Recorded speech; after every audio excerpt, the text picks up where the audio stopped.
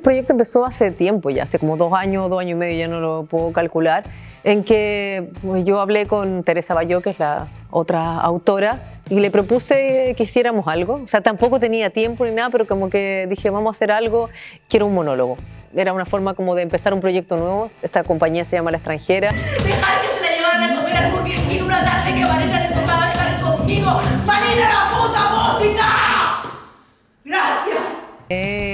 La he cuestionado muchísimo este personaje. Me costó de repente como empatizar 100% con ella. Lo siento por ti, por las dos, pero sobre todo por ti, porque sé que no te mereces para nada toda esta mierda.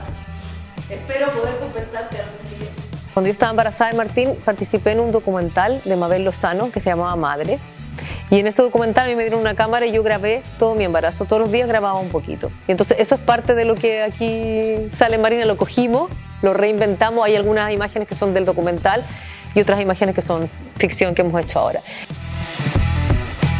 La gran cantidad de cambios que tiene, o sea, que pasan de estar súper borracha a estar súper sobria. Eso como actriz es como un desafío que es placentero. ¿Cuáles son la cantidad de cosas que te pueden suceder que te llevan a un callejón sin salida, a cualquier persona, no solo a ella? Me gustaría invitar a toda la gente que viniera a ver, nos quedan 3 días, mañana, el sábado y el domingo a las 7 de la tarde en la Carme Teatre.